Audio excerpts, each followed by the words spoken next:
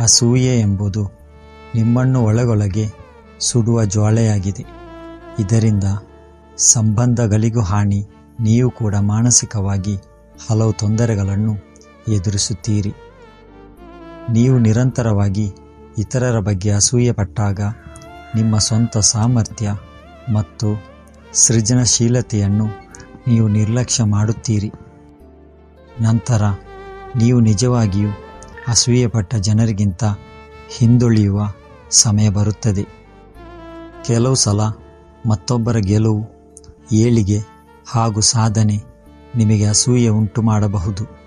ಬೇರೆಯವರ ಗಳಿಕೆ ನಮ್ಮ ಬಳಿ ಇಲ್ಲದೇ ಹೋದಾಗಲೂ ನಿಮಗೆ ಅಸೂಯೆ ಆಗಬಹುದು. ಇಂತಹ ಸಂದರ್ಭದಲ್ಲಿ ಅಸೂಯೆ ಆಗುವುದು ಸಹಜ. ಈ ಅಸೂಯೆಯನ್ನು ಅಸಮಾಧಾನ, ಮೊದಲಿಕೆ ಅಥವಾ ಕುಹುಕದ ಮಾತಿನ ಮೂಲಕ ಹೊರಹಾಕಿ ಆ ವ್ಯಕ್ತಿಗೆ ನೋವುಂಟು ಮಾಡುವುದು. ಹೀಗೆ ನಾನಾ ಕಾರಣಗಳಿಂದಾಗಿ ನಮಗೆ ಅರಿವಿಲ್ಲದೆ ಇನ್ನೊಬ್ಬರಿಗೆ ನೋವಾಗುವಂತೆ ಮಾತನಾಡಬಹುದು. ನಂತರ ಪಶ್ಚಾತ್ತಾಪದಿಂದ ಕ್ಷಮೆ ಕೇಳಿದರೂ ಕೂಡ ನಮಗೆ ಆಡಿದ ಮಾತಿನಿಂದಾಗಿ ಗಾಯವನ್ನು ಅಲಿಸಲು ಸಾಧ್ಯವಾಗುವುದಿಲ್ಲ. ಕೆಲವು ಸಲ ಕಹಿ ಮಾತಿನಿಂದಾಗಿ ಶಾಶ್ವತವಾಗಿ ಸಂಬಂಧಗಳು ಕಳಚುತ್ತವೆ.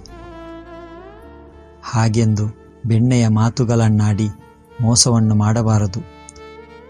ಹಿತವಾದ, ನಯವಾದ, ನಿಯತ್ತಿನಿಂದ ಕೂಡಿದ ಮಾತುಗಳನ್ನಾಡಿ ಕುಗ್ಗಿದ ವ್ಯಕ್ತಿಯನ್ನು ಕೂಡ ಹುಮ್ಮಸ್ಸು ಮತ್ತು ಸಂತೋಷದಿಂದ ಮೆಲ್ಲೆಬ್ಬಿಸುವಂತೆ ಇರಬೇಕು. ಕನಿಷ್ಠ ಪಕ್ಷ ನಮ್ಮ ಮಾತಿನಿಂದ ಬೇರೆಯವರಿಗೆ ಪ್ರಯೋಜನವಾಗದಿದ್ದರೂ ಕೂಡ ಹಾನಿಯಾಗದಂತೆ ನೋಡಿಕೊಳ್ಳುವ ಜವಾಬ್ದಾರಿ ನಿಮ್ಮದಾಗಿರುತ್ತದೆ. ಆದ್ದರಿಂದ ಅಸೂಯೆ ಎಂಬುದನ್ನು ಪ್ರಾರಂಭದಲ್ಲಿಯೇ ಅದನ್ನು ಸಕಾರಾತ್ಮಕ ರೀತಿಯಲ್ಲಿ ಎದುರಿಸುವುದು ತುಂಬ ಮುಖ್ಯವಾಗುತ್ತದೆ.